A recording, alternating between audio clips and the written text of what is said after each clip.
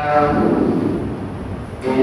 الحمد لله نحمده ونستعينه ونستغفره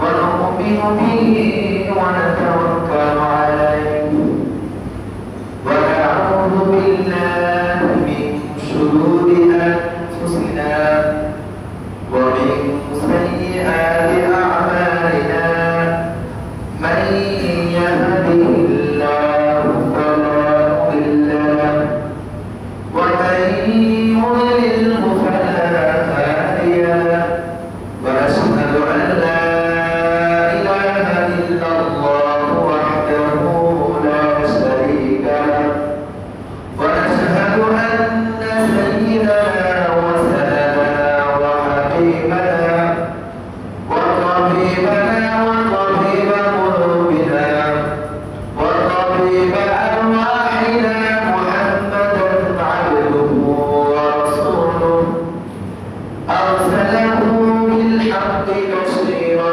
ونذيرا وداعيا إلى الله بإذنه وسراجا وقمرا منيرا فقد قال رسول الله صلى الله عليه وسلم وقال تعالى خالدين فيها لا يبغون عنها حولا وقال عليه الصلاة والسلام عن عثمان رضي الله تعالى عنه قال رسول الله صلى الله عليه وسلم أنا خاتم النبيين لا نبي بعدي وقال عليه الصلاة والسلام وقال تعالى وجاءت سكرة الموت بالحق ذلك ما كنت منه تحيد وقال تعالى إن الله وملائكته يصلون على النبي يا أيها الذين آمنوا صلوا عليه وسلموا تسليما اللهم صل على سيدنا مولانا محمد وعلى آل سيدنا شافعنا محمد اللهم صل على سيدنا مولانا محمد وعلى آل سيدنا شافعنا محمد আলহামদুলিল্লাহ সমস্ত প্রশংসা সেই মহান আল্লাহ তাআলার দরবারে যে মহান আল্লাহ তাআলা দীর্ঘ একটি সপ্তাহ পর হাজার হাজার লক্ষ লক্ষ মানুষের ভিতর থেকে নাম ধরে ধরে ডেকে এলেন তারই ঘর মসজিদে আসার এবং বসবার তৌফিক দান করলেন তাই তার মহান দরবারে একবার জোরে সোরে শুকরিয়া আদায় করব যে আলহামদুলিল্লাহ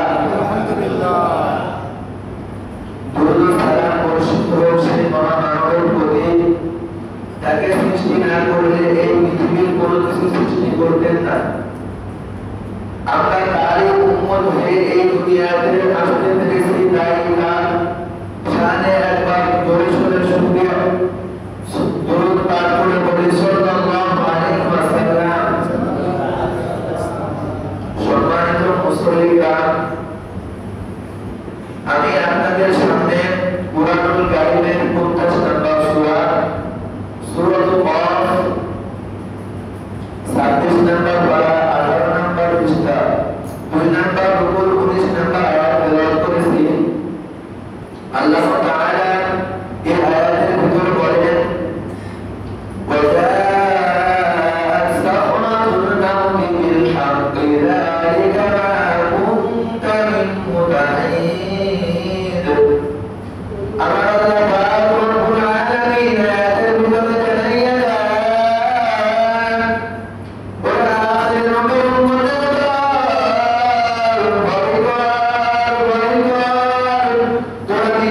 ভয় কর, কারণ মৃত্যু এমন একটা জিনিস, এর ভিতরে কোনো চিটাই নাই, কোনো বাক্কানি নাই, কোনো দুই নাম্বারি নাই।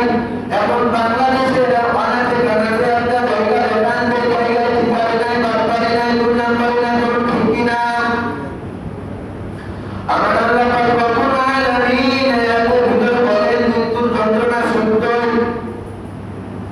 এবার হযরত আজরাইল ডাক দিয়ে বলেন, হে আল্লাহ পাক রব্বুল আলামিন, তোমার ইদ্রিস নবীকে আমার খুব পছন্দ হয়, তুমি যদি অনুমতি দাও আমি তোমার ইদ্রিস নবীর সাথে বন্ধুত্ব করতে চাই। আমার আল্লাহ পাক রব্বুল আলামিন বলেন, আমি অনুমতি দিলাম, সে যদি রাজি থাকে তাহলে তুমি তার সাথে বন্ধুত্ব করতে পারো।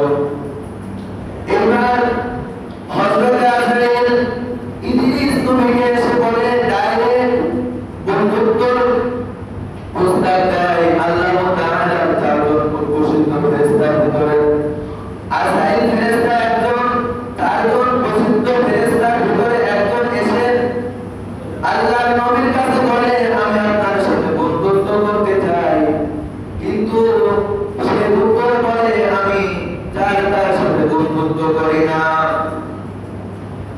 এখন আমাদের দিকে তাকিয়ে দেখেন, ইদ্রিস নবীকে আল্লাহর প্রসিদ্ধ ফেরেশতা এসে বন্ধুত্ব প্রস্তাব দিল, তাও সে রাজি না। আর আমার আপনার দিকে তাকিয়ে দেখেন, বাংলার জমিনের দিকে তাকিয়ে দেখেন, বন্ধুত্ব করতে চাইলে দুই প্যাকেট সিগারেট দিয়ে রাজি হয়ে যায়, বলুন ঠিক কিনা? একটা ছাগল যখন একটা অচেনা মানুষের সঙ্গে যায়, তাহলে তিনটা জিনিস ভাবে গ্রহণ করবে। তিনটা জিনিস, এক নম্বরে সে কি আমাকে ঘাস খাওয়াতে নিয়ে যাচ্ছে, নাকি বিক্রি করতে নিয়ে যাচ্ছে, নাকি আমাকে জোর করতে নিয়ে যাচ্ছে। ওই ছাগল যদি তিনটা জিনিস ভাবতে পারে, আমি আপনি আশরাফুল মাখলুকাত, 18,000 মাখলুকাতের ভিতরে শ্রেষ্ঠ মানুষ, আমার আপনাকে একটিবার ভাবা উচিত যে আমি যার সাথে বন্ধুত্ব করতে যাচ্ছি সে কি আমাকে জান্নাতে নিয়ে যাবে নাকি জাহান্নামে নিয়ে যাবে, ঠিক কিনা?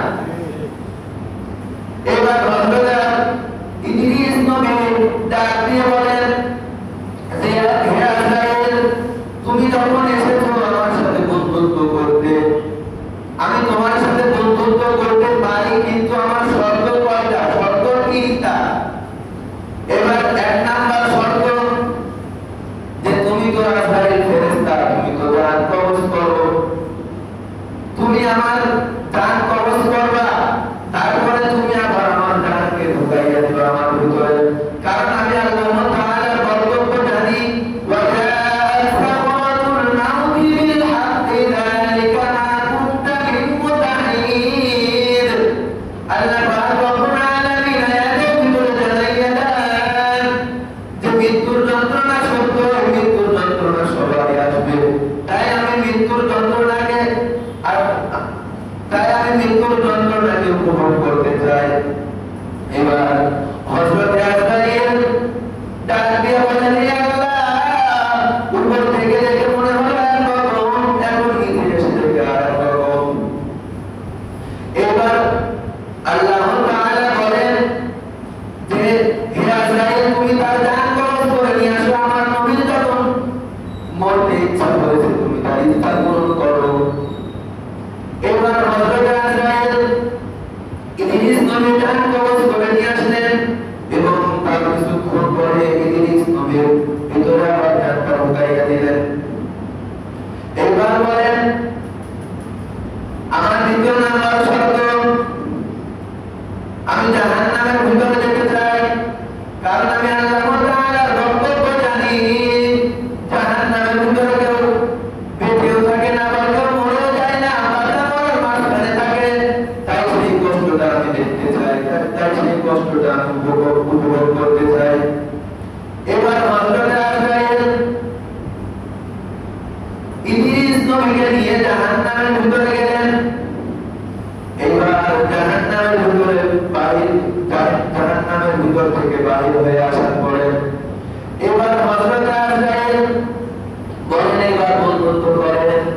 কয় না, আমার এখনো একটা শর্ত বাকি আছে। কয় কি শর্ত? আমার 3 নাম্বার শর্ত হলো আমি জান্নাতের ভিতরে যেতে চাই। এবার হযরত আজরাইল ইদ্রিস নবীকে জান্নাতের ভিতরে নিয়ে গেলেন। জান্নাতের ভিতরে নিয়ে যাওয়ার পরে এবার ইদ্রিস নবী একটা জায়গায় একটা স্থানে গিয়ে বসলেন। বসার পরে এবার আজরাইল ফেরেশতা ইদ্রিস নবীকে বলেন এবার চলেন। এবার ইদ্রিস নবী বলেন না না, আমি যাব না, কারণ আল্লাহ তাআলা ওয়াদা করেছেন খালিদিনা ফিহা লা ইয়াবগুনা আনহা হিওয়ালা।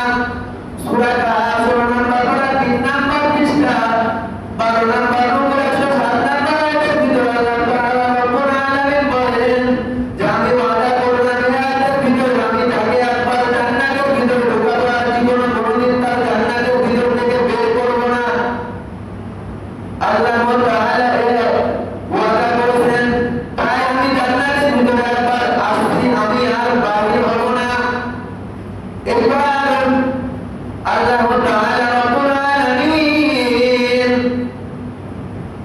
আজরাইল ফেরেশতাকে ডাক দিয়ে বলেন, হে আজরাইল ফেরেশতা, তুমি চলে আসো, আমি আমার নবীর কবরে এখানে গেছিলাম। বলুন সুবহানাল্লাহ, জোরে বলুন সুবহানাল্লাহ। এবারে ভিতর থেকে শিক্ষণীয় জিনিস হলো এইটাই যে আজ ইদ্রিস নবীর শখের মৃত্যুতে কতটুকু কষ্ট হয়েছিল। একটা জ্যান্ত ছাগলকে শোনার পরে সেই ছাগলের গায়ে লবণ লাগালে সেই ছাগলটার যতটুকু কষ্ট হবে, আর আজরাইল ইদ্রিস নবীর শখের মৃত্যুতে সেই কতটুকুই কষ্ট হয়েছিল।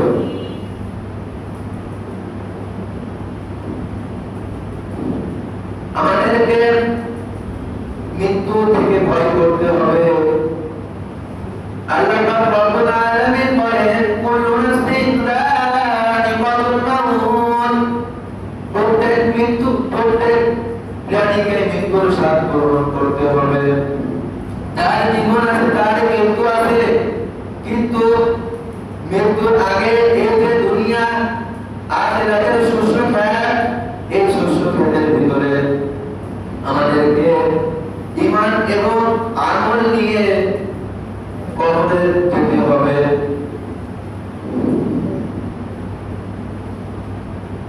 আমরা সবাই পারবো না ইনশাআল্লাহ। আমি যা বললাম আমার বলার ভিতরে যদি কোনো ভুল ত্রুটি হয়ে থাকে তাহলে আপনারা সবাই আমি ছোট মানুষ, আমাকে ক্ষমার চোখে দেখবেন। আর যদি কোনো আমলের কথা বলে থাকি তাহলে সেটা মানার চেষ্টা করবেন। ওয়া আখিরু দাওয়ানা আলহামদুলিল্লাহি রাব্বিল আলামিন। যারা সুন্নাত করেননি কবলার জুম্মা